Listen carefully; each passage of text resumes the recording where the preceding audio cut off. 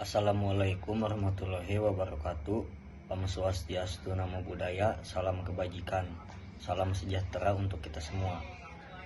Pertama-tama kita panjatkan puji dan syukur atas nikmat yang Tuhan berikan kepada kita. Ibu Novi Susianti, SEMM, yang saya hormati selaku dosen pengampu mata kuliah analisis laporan keuangan.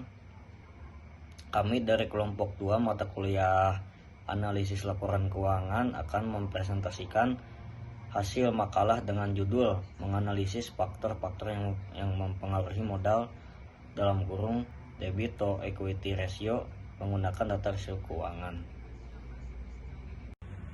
Baik, di sini ada nama-nama anggota kelompok 2. Yang pertama ada Rizky Jiana dengan NIM 5111181048. Yang kedua ada Gina Febrianti dengan NIM 5111201378. Yang ketiga ada Sini Ananda dengan NIM 5111201384. Dan keempat ada Shirley Melisa dengan NIM 5111201388. Dan yang kelima ada saya sendiri, Renal Alparis dengan NIM 5111201398. Baik, selanjutnya saya akan memaparkan dan menjelaskan tentang struktur modal. Menurut Halim, struktur modal adalah perimbangan jumlah hutang jangka pendek yang bersifat tetap, hutang jangka panjang, saham, preference, dan saham biasa. Komponen struktur modal: 1. Modal asing utang dalam kurung modal yang asalnya dari luar perusahaan. 2. Modal sendiri ekuitas dalam kurung modal yang asalnya dari milik sendiri. Pendekatan struktur modal. Yang pertama ada pendekatan tradisional. Pendekatan tradisional adalah pendekatan angka. Pengganda uang merupakan salah satu atau pendekatan dalam analisis perilaku yang beredar. Melalui pendekatan ini dapat dikaji pengaruh uang primer dan komponen-komponen terhadap jumlah uang beredar dengan anggapan bahwa angka pengganda uang adalah tetap, stabil, atau dapat diprediksi perilakunya. Yang kedua ada pendekatan Modigliani dan Miller. Pendekatan ini berdasarkan teori ini, struktur modal tidak berpengaruh terhadap perusahaan. Ada 2 jenis struktur modal dalam teori ini, yaitu teori MM tanpa pajak dan teori MM dengan pajak. Teori MM tanpa pajak berpendapat bahwa struktur modal tidak relevan terhadap nilai perusahaan. Yang ketiga ada pendekatan struktur modal bila ada pajak. Faktor yang mempengaruhi struktur modal. Struktur aset. Menurut Weston dan Brigham dalam kurung 2005.2/175, struktur aset adalah perimbangan atau perbandingan antara aset tetap dan total aset. Risiko bisnis adalah penggambaran ketidakpastian yang dihadapi perusahaan dalam melakukan aktivitas bisnisnya. Medina 2007. Grow opportunity. Menurut May 2006, grow opportunity adalah peluang perusahaan tumbuh di masa depan. Sedangkan menurut Kartini dan Arianto 2008 adalah perusahaan total aktiva yang dimiliki perusahaan. Baik, kepada moderator, terima kasih. Di sini saya Gina Febrianti dengan NIM 378 akan menjelaskan mengenai faktor yang mempengaruhi struktur modal. Dalam faktor yang mempengaruhi struktur modal yaitu ada 2. Yang pertama profitabilitas dan ukuran perusahaan. Yang dimaksud dengan profitabilitas yaitu hasil akhir dari beberapa kebijakan dan keputusan yang diambil perusahaan.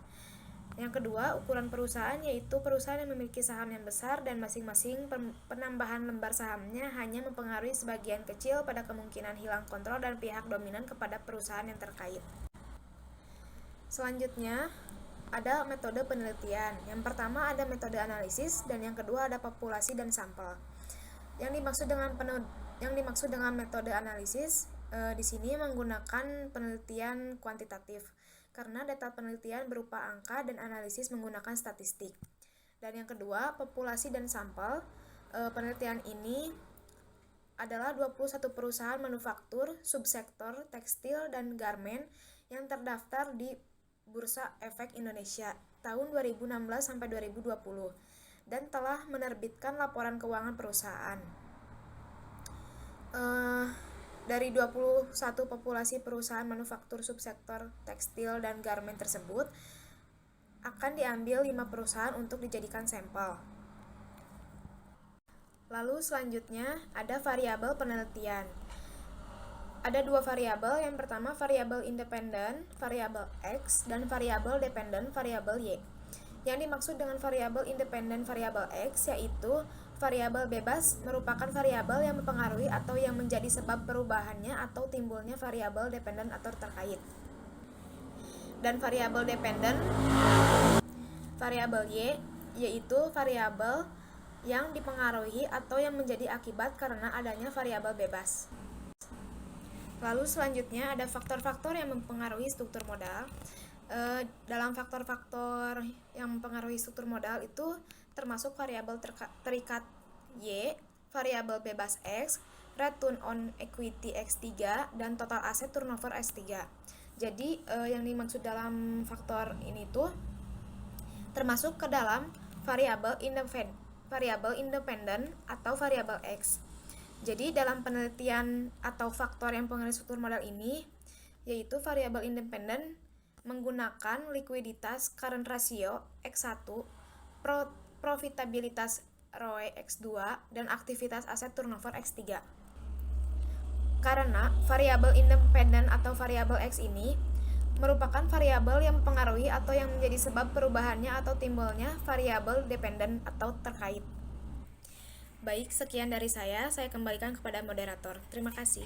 Di sini ada hipotesis, H1-nya likuiditas atau kurun rasio berpengaruh negatif dan signifikan terhadap struktur modal.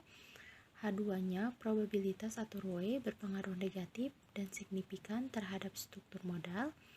H3-nya aktivitas tato berpengaruh negatif dan signifikan terhadap struktur modal.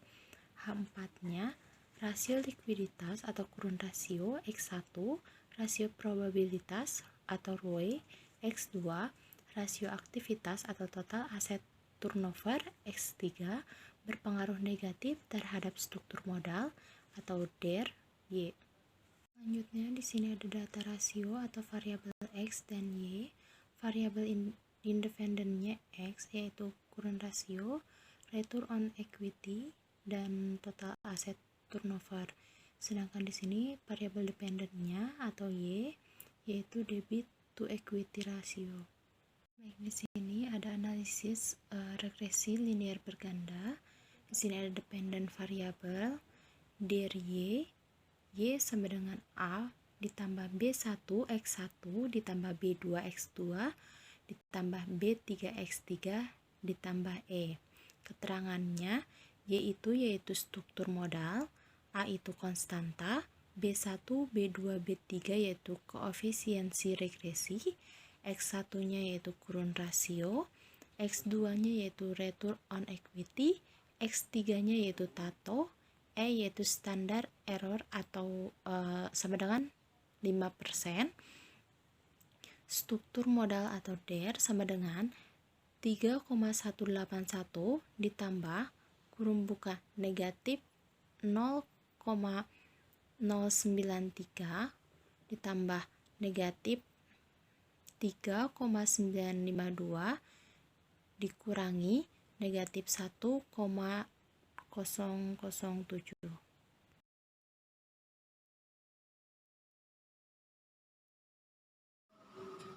Assalamualaikum warahmatullahi wabarakatuh. Perkenalkan, nama saya Cindy Ananda dengan NIM belakang 384 yang akan memaparkan hasil analisis koefisien determinasi, yang dimana koefisien determinasi ini lambangnya R kuadrat, yang mengukur seberapa besar kemampuan model regresi menerangkan variabel dependen, dimana tabel di atas ini merupakan uji koefisien determinasinya dengan prediktor konstan X3 yang diambil dari data total asset turnover atau TATO disingkat TATO. Lalu X2 atau ROE, yang yaitu return of equity, ya, dan yang terakhir itu X1 dari current ratio. Nah, bisa disimpulkan berdasarkan hasil tabel pengujian di atas dapat diketahui bahwa nilai adjust R square yang diperoleh adalah 0,200 atau sama dengan 20%. Dapat disimpulkan bahwa variabel X1, X2, dan X3 secara bersama-sama menjelaskan sebesar 200% terhadap variabel X, yaitu DER. Sedangkan 40%-nya dijelaskan oleh faktor-faktor lain yang tidak diteliti. Selanjutnya saya akan memaparkan hasil pengujian secara parsial atau uji T menggunakan regresi linear berganda berdasarkan nilai signifikasinya. Uji statistik ini digunakan untuk menguji pengaruh secara parsial antara variabel independen dengan variabel dependen. Untuk mengetahui hipotesis diterima atau ditolak, yaitu dengan melihat signifikannya. Prosedur pengujiannya adalah dengan melakukan perhitungan T-hitung yang selanjutnya akan dibandingkan dengan T-tabel dengan tingkat signifikan sebesar 5%, yang artinya kemungkinan besar dari hasil penarikan kesimpulan mempunyai probabilitas sebesar 95% atau toleransi kesalahan sebesar 5%. Berdasarkan data yang telah diolah, maka hasil uji statistik T dapat dilihat pada tabel berikut ini. Nah, berdasarkan tabel pada slide sebelumnya, diketahui bahwa nilai T tabelnya adalah sebesar 2,07961. Hasil pengujian hipotesis masing-masing variabel independen secara parsial atau uji T terhadap variabel dependen dapat dianalisis. Yang pertama itu, jika T hitung lebih kecil dari T tabel dan signifikannya lebih besar 0,05, maka hasilnya H0 diterima dan HA ditolak, yang artinya tidak terdapat pengaruh yang signifikan secara parsial antara variabel independen dalam ukuran perusahaan, pertumbuhan penjualan, dan leverage-nya terhadap variabel dependen, yaitu profitabilitas. Nah, selanjutnya, jika T hitung lebih besar daripada T tabel dan tingkat signifikannya lebih kecil 0,05, maka hasilnya H0 ditolak dan HA diterima, yang artinya terdapat pengaruh yang signifikan secara parsial antara variabel independen, yaitu ukuran perusahaan, pertumbuhan penjualan, dan leverage terhadap variabel dependen, yaitu dari probabilitasnya. Nah, berikut ini yaitu hasil dari pengujian secara parsial atau uji T-nya. Mendapatkan hasil pada variabel current ratio atau X1-nya mempunyai nilai T hitung min 0,487 dengan tingkat signifikannya 0,631, sedangkan nilai T tabelnya yaitu adalah sebesar 2,07961 dengan signifikannya 0,05, sehingga mendapatkan kesimpulan yaitu T hitung lebih kecil dari T tabel, yaitu pada hasilnya yaitu min 0,487 lebih kecil dari 2,0791. Maka keputusannya adalah H0 diterima dan HA ditolak. Artinya variabel current ratio atau X1 ini tidak terdapat pengaruh yang signifikan terhadap Y atau DR. Yang kedua yaitu pada variabel return on equity atau ROE, pada variabel X2 mempunyai nilai T itu min 1,978 dengan tingkat signifikannya 0,061, sedangkan nilai T tabelnya adalah sebesar 2,07961 dengan signifikannya 0,05, sehingga mendapatkan kesimpulan yaitu T itu lebih kecil dari T tabel, yaitu min 1,978 lebih kecil dari 2,07961, maka keputusannya adalah H0 diterima dan HA ditolak. Artinya variabel return on equity atau ROE pada variabel X2 ini tidak terdapat pengaruh yang signifikan terhadap Y atau DER. Pada variabel yang terakhir yaitu total aset turnover atau TATO, atau variabel X3 ini mempunyai nilai T itu min 1,566 dengan tingkat signifikannya 0,132, sedangkan nilai T tabelnya adalah sebesar 2,07961 dengan signifikannya 0,05, sehingga kesimpulannya adalah T itu lebih kecil dari T tabel, yaitu min 1,566 lebih kecil dari 2,07961, maka keputusannya adalah H0 diterima dan HA ditolak. Artinya variabel total aset turnover atau TATO ini pada variabel X3 tidak terdapat pengaruh yang signifikan terhadap Y atau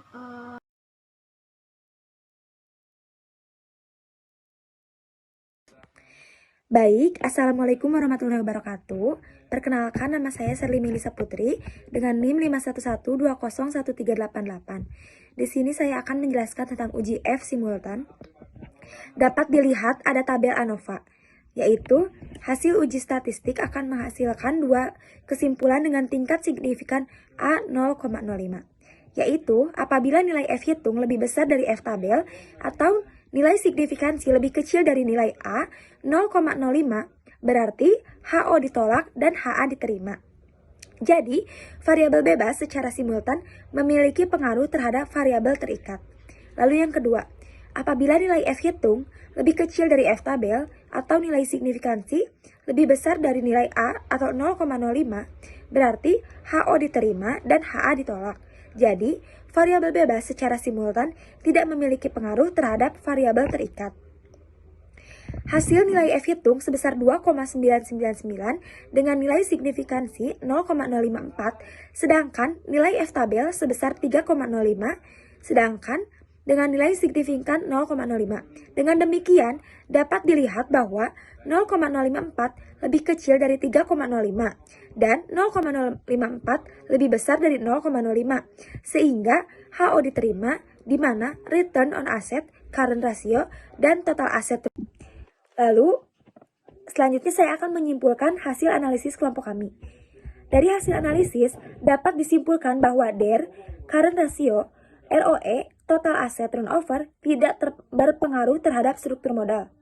Hasil uji hipotesis secara parsial menunjukkan bahwa yang pertama, variabel current ratio atau X1 tidak terdapat pengaruh yang signifikan terhadap Y. Yang kedua, variabel return on equity atau HO diterima dan HA ditolak. Artinya, variabel return on equity X2 tidak terpengaruh yang signifikan terhadap Y. Lalu yang ketiga, total asset turnover, yaitu HO diterima dan HA ditolak. Artinya, variabel total asset turnover atau X3 tidak terpengaruh yang signifikan terhadap Y. Jadi, pada uji F simultan, maka perusahaan bersama-sama menghasilkan dua kesimpulan dengan tingkat signifikan 0,05. Lalu, yang pertama, apabila nilai F hitung lebih kecil dari F tabel atau nilai signifikansi lebih kecil dari nilai A variabel bebas, secara simultan memiliki pengaruh terhadap variabel terikat. Yang kedua, apabila nilai F hitung lebih kecil dari F tabel atau nilai signifikansi dari nilai 0,05, berarti HO diterima dan HA ditolak. Jadi, variabel bebas secara simultan tidak memiliki pengaruh terhadap variabel terikat. Maka hasil nilai F hitung sebesar 2,999 dengan nilai signifikan 0,054, sedangkan F tabel sebesar 3,05 dengan nilai signifikan 0,05. Dengan demikian, dapat dilihat bahwa 0,05 lebih kecil dari 3,05 dan 0,054. Sehingga HO diterima di mana return on asset, current ratio, dan total asset turnover secara simultan tidak memiliki pengaruh terhadap Y atau struktur modal. Baik, mungkin sekian pemaparan dari saya kembalikan kepada moderator. Terima kasih.